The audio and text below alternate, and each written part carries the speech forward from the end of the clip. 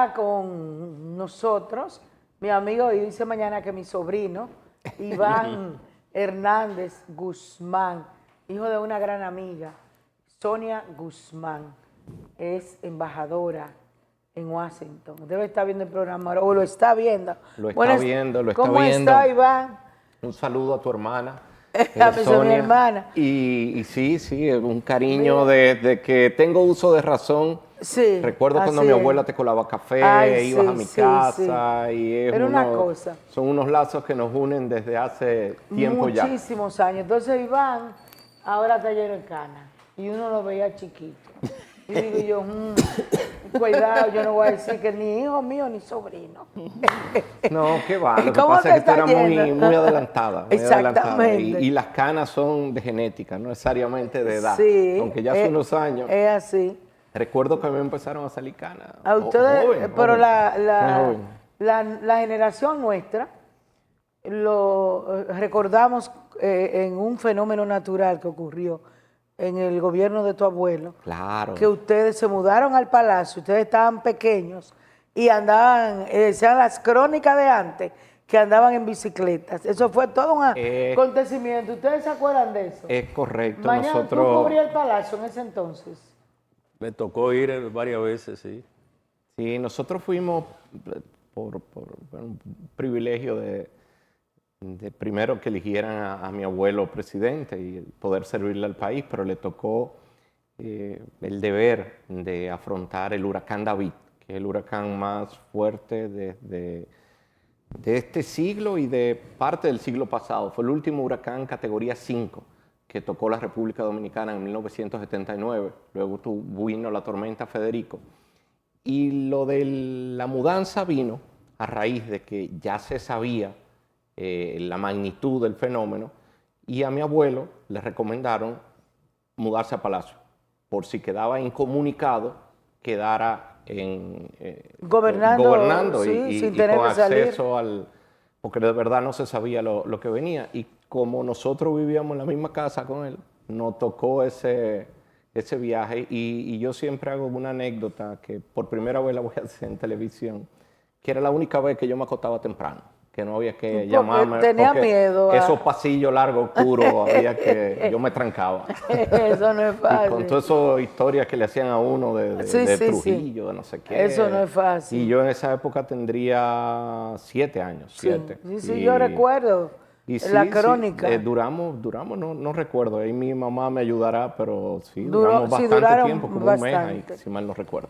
Bueno, vamos a hablar de tu cargo de aquí, del Instituto del Tabaco, que me imagino que tú estás muy emocionado por el tabaco, por el crecimiento.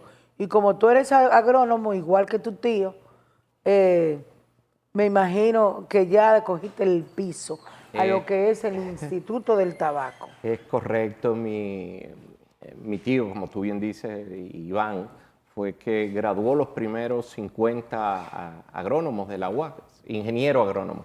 Pues le faltaban 2 materias, microbiología de suelo y fitopatología. Y él, recién graduado en Bélgica, vino como profesor a dar esas materias y completaron el pensum de ingeniería. Y los 50 primeros agrónomos, que muchos de ellos todavía viven y son amigos de la familia, se graduaron ahí de la Universidad de la UAS. Y parece que eso, unido a los viajes que daba con mi abuelo a la finca, también me despertaron la curiosidad y el amor por el campo dominicano. Yo digo que no hay una profesión más noble que la agricultura. Primero, porque alimentamos el resto del mundo. Producimos también muchas de las medicinas. Y segundo, uno tiene la oportunidad, que a veces cuando uno vive en la ciudad, y hasta uno mismo le pasa, entiende, y sobre todo con el mundo tan rápido como está, entiende que las cosas deben ser así, o que están de hoy para mañana. Y cuando uno está en el campo, se da cuenta que los plazos biológicos, los plazos de Dios, no lo cambia nada. Uno, por mucho que haga, tiene que esperar. Siempre pongo el ejemplo de la vaca. La vaca dura 9 meses en gestación.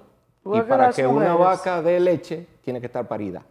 no No, da pero leche igual que siempre. las mujeres. Si usted quiere plátanos, tiene que empezarlo a plantar ahora para que en 10 meses, 11, empiece a tener plátano.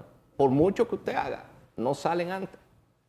Y con la bendición también de que no pase lo que pasó esta tarde, que pasó un ventarrón y entonces se lo tumbe a uno. Entonces, cuando uno puede ver todo eso y ve que, por ejemplo, en el caso del tabaco, hay que plantarlo, durar 70 días en el campo, 40 días en un semillero, luego 3 meses en una casa de curado, luego empezar a fermentar esas hojas para que dentro de un año tal vez podamos empezar a hacer cigarros. Es apasionante y hay que tener paciencia. Y uno aprende y vive día a día de que los seres humanos somos simplemente canalizadores de las cosas. No tenemos el control. A veces cuando uno está en la ciudad y con los aparaticos, la tecnología, a veces se le olvida que no todo depende de uno. Y el campo y el tener una visión, un contacto permanente con la naturaleza, te lo acuerda día a día. Se encarga de decirte, tiene que esperar. Tú quieres cosechar esto ahora, pero tienes que darle el plazo. Y tienes que pedir siempre a Papá Dios de que las cosas salgan en orden divino, por bien que tú hagas las cosas. Como dije, el ventarrón de esta tarde es el mejor de los ejemplos. Vi que diste unas declaraciones sobre la cantidad de tabaco que se está produciendo en el país. Sí, estamos produciendo de verdad unos niveles récord de tabaco. Se han conjugado varias cosas. Primero, el apoyo del gobierno, pero no menos importante, la decisión de los agricultores y de los manufactureros, de los productores de cigarros, que han tenido en la República Dominicana, fuera y en la misma República Dominicana, una aceptación, yo diría, fuera de serie. Pero eso viene de un trabajo constante. Y sí hemos pasado. En el 2019 teníamos unos 900 millones de dólares en exportación, 929, a 1.340 millones. Y este año ya llevamos casi 400 en lo que va de año. Es decir, que augura incluso una mejor exportación. Y eso viene básicamente de los cigarros a mano, de los cigarros a máquina y de esa, vamos a decir, de esa aceptación que tiene el cigarro dominicano en el mundo. Pero para eso necesitamos también mucha materia prima y necesitamos mejorar el área de cultivo. Y una cosa muy importante que la quiero decir aquí en el programa, también necesitamos que parte de esa bonanza le llegue también al pequeño productor. Eso es parte de los desafíos y de las misiones que tengo en Intabaco y que estamos gestionando, coordinando encuentros del sector privado con esos pequeños productores para que tengan acceso directo y puedan vender su tabaco si lo producen bien y le dan la calidad que quiere esa industria, que es una calidad, vamos a decir, número uno, puedan también recibir esos beneficios. También en Zona Franca tenemos unos 43.000 empleos directos en Zona Franca. Somos el 20% de todos los empleos de Zona Franca del país. Porque obviamente muchas de esas fábricas, de esas 160 fábricas registradas que tenemos, más o menos, digo más o menos porque hay muchas otras, tal vez pequeñitas por ahí, que hacen ese cigarro, están en la Zona Franca. Y es vamos a decir, es un negocio en pleno crecimiento. Pero eso obliga también a tener muchos controles, mucha verificación de que se hagan las debidas prácticas. Estamos trabajando también en la denominación de cigarro dominicano para que eso también fortalezca la industria. Una cosa importantísima que ha hecho el presidente Abinader, que somos el único país que lo tiene, es que el cigarro dominicano y el tabaco dominicano son patrimonio cultural de la República Dominicana por ley. Eso lo logramos con la ley 341 del año 22. Y eso obviamente también nos da una posición privilegiada como país, porque nos blinda ante muchísimos ataques de desconocimiento que a veces tiene el cigarro, que yo digo que son cosas diferentes también. El cigarro y el cigarrillo. Y el que degusta un puro, un cigarro, o el que fuma de vicio. Son cosas diferentes. En este momento, ¿cuál es el consumo realmente de lo que es la cosecha que se hace aquí y que la asume el productor? Y, o sea, ¿qué cantidad podemos decir? Bueno, nos suple lo que se siembra, suple un 20, 30 o 40%. ¿Y qué cantidad entonces viene desde fuera? Lo voy a dar en cifras. El año pasado, como dije, exportamos unos 1.340 millones de dólares y para poder hacer esos cigarros importamos unos 500. Es decir, que tenemos un saldo positivo de, si mi memoria no me falla, déjame ver si se suma bien. Un 50 y pico por ciento. 850 sí. millones de dólares positivos, que sigue siendo una exportación y con la ventaja también que en el año 2023 importamos 550 y esa producción, esos 50 millones de dólares, pudimos producirlo aquí y en el año 23 también exportamos menos de 1.300 millones y en el año 24 cerramos con 1.350, es decir, que aquí se produjeron 100 millones de dólares más que no se producían. Y la idea es que este año, también en esta cosecha que empieza ahora en septiembre, tengamos también más producción. De hecho, mañana tenemos una reunión con la industria de tabaco y productores para hacer ese approach ahí en tabaco y garantizarle también a esos productores de que tengan, vamos a decir, beneficios, de que si hacen unas buenas prácticas, pueden contar con un beneficio, mañana, que es parte de lo que tenemos solamente que hacer. para completar, las quejas que había con los productores en cuanto a lo que son los beneficios, porque siempre había una queja de que ellos siempre estaban de que en rojo. Eso ya se... Ellos se quejan siempre, o sea, ya eso ya mejoró. Como dice mi querida Bélgica, siempre se quejan, pero también hay una realidad que nosotros podemos mejorar. Y parte de lo que hace y de lo que está llamado a ser un rol del gobierno, aparte de promover, incentivar, motivar la siembra del tabaco, como es lo que manda la ley del Instituto del Tabaco, la última revisión que fue en el 18, la 3418, es con beneficios. Y nosotros tenemos que velar, porque si un agricultor hace unas buenas prácticas, tiene un buen producto, caramba, consiga también un buen beneficio, aunque con la demanda que hay, mire, se está vendiendo todo, se lo digo que sí. Bueno, muy bien, nosotros saludamos la presencia de Iván aquí y aprovechamos para saludarlo muy afectuosamente. Gracias. Mire, Iván, hay una inquietud. El tabaco, yo lo debo confesar y decir antes de mi pregunta, yo soy antitabaco, porque no ni fumo ni incentivo tampoco fumar, pero reconozco que el tabaco es una actividad económica importante para el país, que engrosa al erario, como usted bien ha dicho, recursos incluso en divisa. Cuando usted dice que 850 millones más, eso es algo importante, que hay que reconocerlo. El Intabaco es una institución lamentablemente, yo digo, poco conocida. Sí, ¿Qué es el correcto. Intabaco? ¿Dónde está ubicado? ¿Qué personal tiene? Y esencialmente se apoya en qué para su producción. Mire, estamos en Quinigua, eso para los que no saben es Camino Villa González, justo antes de Villa González.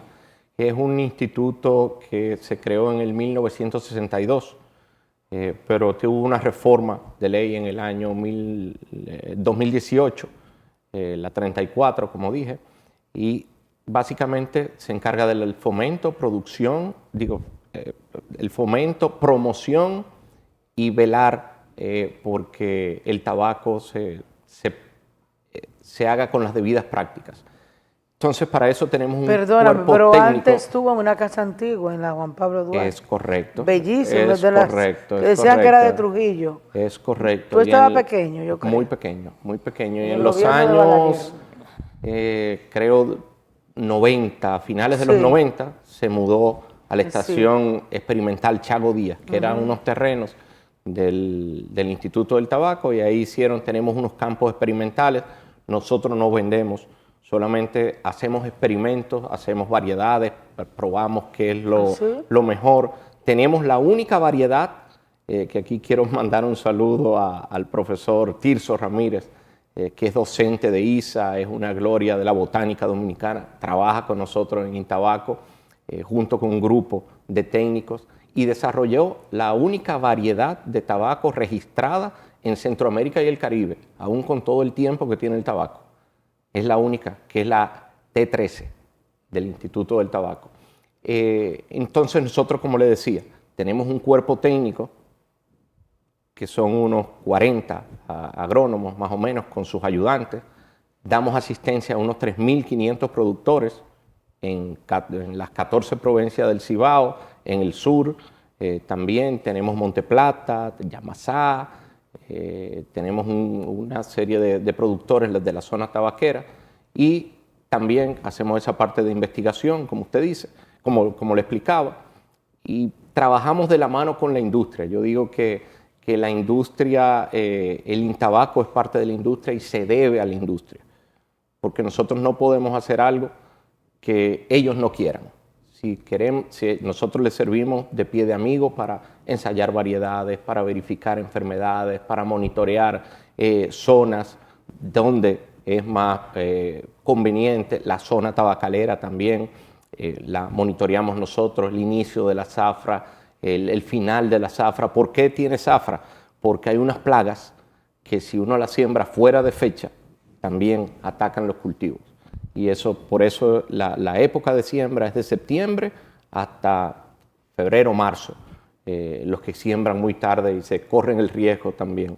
Pero básicamente ese es el trabajo del instituto. Tenemos mucho trabajo también, trabajar con las leyes que tienen que ver con el tabaco. Por ejemplo, esa ley que crea el tabaco como patrimonio cultural. También estamos trabajando ahora en las denominaciones de origen, la denominación de tabaco dominicano, de cigarro dominicano. También estamos, cuando hay temas en la OMC y en Suiza, tenemos que estar también pendientes de, obviamente, defender un sector que, como usted dice, genera empleos muchos, genera más de 115.000 empleos, de ellos 40.000 en zona franca, más de 40.000, ese dato es importante. Esa importación, y yo le voy a aclarar algo que hasta yo estaba un poquito confundido, y lo confieso aquí, o no lo aquilataba en su justa dimensión, y es la diferencia del fumar o degustar un cigarro. Usted ve que el que degusta un cigarro es una persona que incluso lo planifica y te dice, este viernes en la noche me voy a degustar un cigarro con mis amigos, y es un rito, es una ceremonia.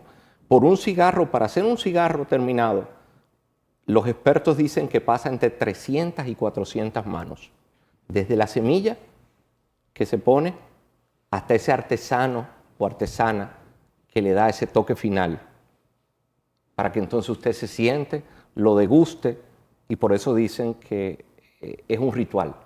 Y el que le gusta, usted ve que te dice, no lo tire, déjalo morir con dignidad. Y es así. Es como, por ejemplo, lo del vino. Hay gente que te dice a ti, yo no bebo, o a mí no me gusta el alcohol, pero sin embargo te dice, pero dame una copita de vino. A mí me pasa eso. Dame una copita de vino. Degustar, Entonces, oler. el del cigarro le pasa más o menos lo mismo. Y el que da 30, 40, 50 dólares, 100 dólares por un cigarro. No, me está hablando del cigarro de Carlos Fuentes ya. Y que es el cigarro demás, y de más otros, conocido en el mundo. Y de otros. Es uno, ha ganado el premio de cigarro aficionado varias veces, pero también tenemos acá, lo hemos ganado 6 veces en la República Dominicana. Pero ese tabaco de Carlos Fuentes es Ese que el se ganó hombre más conocido en el mundo. Ese que se ganó el no porque premio. sea amigo mío, ese tabaco es de aquí. Se fabrica es aquí de de República Dominicana y pero yo 100, digo, la hoja Eso No le es iba a explicar. cubana. No, 100% dominicano. Ahí no hay una hoja de esos millones de dólares que importamos, en ese no hay. Y es el mejor. Y es el mejor. Por eso digo que podemos sustituir muchas de esas importaciones por siembra dominicana, hecha con sol dominicano, con tierra dominicana, con agua dominicana, con esos empleos que generamos en zona franca, con artesanos dominicanos que le dan esa terminación. Es decir, que hay mucho que descubrir. Y otra cosa que hace el cigarro también, y que está empezando a hacer, y que mucha gente no lo ve, genera turismo. Sí. Todo el que tiene la capacidad de dar $100 por un cigarro fuera, son gente casi siempre que viajan y quieren venir a ver dónde se hace ese cigarro. Que aquí tenemos la capital del cigarro, que es Tamboril, pero para que no se me pongan bravos lo de Villa Lo de González, Villa González, la capital del que tabaco es comenzó Villa ahí González. también. Iván, La del vamos a hablar tabaco un de Villa poco, González y la del cigarro antes que se Tamboril. termine el Venga, programa, vamos venga. a hablar un poco de política. Venga, sí, antes de entrar a política, sentí que quedó cojo la respuesta mañana. ¿Qué participación tiene Intabaco en cuanto a la negociación que se hace con todos esos dólares que llegan? Porque siempre se dice que el Intabaco siempre es deficitario. El Intabaco, bueno, también aprobamos los permisos de importación, de exportación de muchos de los tabacos, pero el Intabaco, por ley, lo que recibe es un 11% de los impuestos del cigarrillo. Nosotros no tenemos ninguna participación de la compra-venta, es todo privado. Solamente huelen donde guisa. Pero ustedes Y tienen- aportamos tienen un presupuesto aportamos de- al buen desempeño Bueno, eso de esa Bélica. industria, Tienen pero un nosotros no presupuesto del vendemos. gobierno, ni- entonces. Exactamente, es una institución gubernamental pura y simplemente. Para que Iván complemente de parte mía, gracias por la ayuda que me diste. Pero es así, es así. El No ingen- compramos ni vendemos. Correcto. El ingeniero Iván Hernández Guzmán mencionó OMC, Organización Mundial de Comercio, que a veces tienen que intervenir. ¿En qué momento? Porque, y ahí mismo, el tema de la competencia que era fuerte con Cuba, con el famoso... Coiba. Óyeme, no era fácil. No. Y lo de OMC, ¿en qué situación? Básicamente cuando hay alguna, vamos a decir, un país europeo, a veces hay algunos o cualquier situación en el mundo que quieren poner unos impuestos desproporcionados o vetar la entrada del cigarro o del tabaco por temas a veces de salud o algo que ellos entienden, obviamente ellos van con una posición y nosotros como país que vive en gran parte del tabaco, que es un 10% de las exportaciones totales, nosotros obviamente vamos a defender una posición también y parte de los argumentos es eso, que por ley es patrimonio, que generamos tantas divisas, tantos empleos, que viven 115,000 familias directas y esos son argumentos que pesan y que también separen muchas veces, y lo hemos logrado en algunas ocasiones, con impuestos que se han caído o que son más flexibles, a ese cigarro que tiene una labor artesanal, que no lleva químico la hoja, que se produce con buenas prácticas agrícolas, al cigarrillo que la gente fuma en cajetilla. Y eso es una parte de las diferenciaciones que tenemos que hacer y el Intabaco ahí juega un rol importante. ¿Y Cuba y Nicaragua? Cuba, Nicaragua Fuerte. es el segundo productor fuera de nosotros. En cantidad de cigarros, tengo que ser honesto, produce más de cigarros Nicaragua. hecho a mano. Nosotros producimos unos 184 millones, ellos producen más de 200 millones de unidades de ese cigarro premium. Pero nosotros en dinero, con esos 183 hacemos más que ellos con los 200 y pico. Es decir, que el de nosotros lo pagan más caro. Vamos creciendo también en ese sentido. Hay otra diferencia, que en Nicaragua hay grandes plantaciones de tabaco. Me dicen, no tengo el placer de conocerla todavía, pero aquí hay muchos productores pequeños. Aquí no, en Nicaragua no hay esos 3.500 productores que hay acá. Son 2, 3, 4, 5, 10. Y eso, si bien le da una facilidad, pero también le quita una diversidad y una homogeneidad y una heterogeneidad que tiene el cigarro de aquí, que no sabe igual el de San Víctor, que el de Santiago Rodríguez, que el de Villa González, que el de Tamboril, ¿no? Son hojas diferentes y tratadas de manera diferente, y por eso tenemos ese arco iris que podemos ofrecer tanta variedad. Y con Cuba pasa lo siguiente. Le decía, el tabaco viene desde, hay que sembrarlo, hay que cultivarlo, hay que fertilizarlo a la hora y el momento preciso.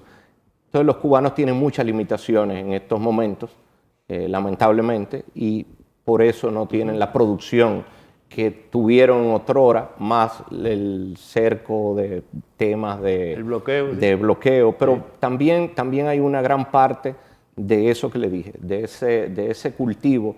Si no tienen dinero a veces ni para, por ejemplo, producir energía eléctrica o cubrir sus necesidades básicas de medicina, tristemente, entonces mucho menos van a tener para ocuparse de un cultivo. Bueno, Iván, nos echaríamos la noche completa, pero yo tengo muchas preguntas y ellos también sobre el tabaco. Bueno, que esta es la Pero primera vez. Vamos Vamos a seguir. No, vamos a seguir. El asunto de la política, que veo que hay tantos candidatos, no te veo a ti emocionado apoyando a ninguno. Y ya aquí en Santiago, fulano apoya qué sé yo quién, el doctor de allí, que es la gobernadora fulano, en fin. Tanta candidatura dinamiza el partido, pero destruye a la gobernabilidad en cuanto a la gente que aspira a preocuparse por los problemas del país o por el lugar donde están dirigiendo, como en tu caso, que te veo muy emocionado en el instituto y con mucho conocimiento, es porque tú no veo que aspira a nadie, estás concentrado en eso. Es correcto, mira, yo creo que una de las cosas que nosotros tenemos que hacer como dominicanos primero y como PRMistas, te refieres al PRM, es por este gobierno, si mucha gente tal vez no lo sabe, no ha cumplido el primer año, cumple el primer año ahora en agosto. Si faltan 3 años y más. Y si bien hay muchísimos amigos aspirantes y aspirantas, no sé si lo dije correctamente, pero sí, mujeres valiosas que aspiran, también es importante mantener el gobierno. Es la mejor ayuda que le podemos dar a cualquier amiga, amigo que aspire. Cuidar la obra de gobierno del presidente Abinader, que es quien obviamente me dio la oportunidad de estar acá. No es una respuesta política, se ciñe también a que tengo prácticamente 3 meses y algo, 4 cumplí en el Intabaco, y asumir una posición cualquiera que sea, aunque fuera yo ingeniero agrónomo, creo que antes de salir a hacer proselitismo me debo ocupar de lo que está ahí y de organizar, de aprender, de seguir todas esas cosas buenas, potenciarlas, de redoblar el paso donde había que redoblarlo, y por eso tú tal vez me ves más concentrado en esa parte, pero es el consejo que le doy a todo el que me va a visitar. Digo, señores, no ha pasado el primer año, tenemos buenísimos amigos, buenísimas amigas, que el país, hay, como decía alguien, no que el país está preparado para mujeres, hay mujeres preparadas para el país y para cualquier país. Claro. Y eso de verdad que es una ventaja. Y si bien, no lo digo yo, los hechos están ahí, hay muchísimos aspirantes, es de los pocos partidos que nos podemos sentar todos en una mesa y no hay que hacer un llamado, ni tiene que venir, que en paz descanse mi querido monseñor, a poner, antes eran 2 o 3, con 3 tenía monseñor que sentarse en el medio. Aquí son 7, 8 y nada más tiene que convocarlo cualquiera por un WhatsApp al partido y ahí estamos toditos sentados, están todos sentados en una mesa con sus equipos, con su gente. Y para decir, no he oído el primero, ni a la primera, diciendo que para decir lo que va a hacer, denostando al otro. No lo he escuchado. Si alguno de ustedes que está mucho más enterado... Bueno, Hipólito, que dice que están perdidos todos. Pero eso no...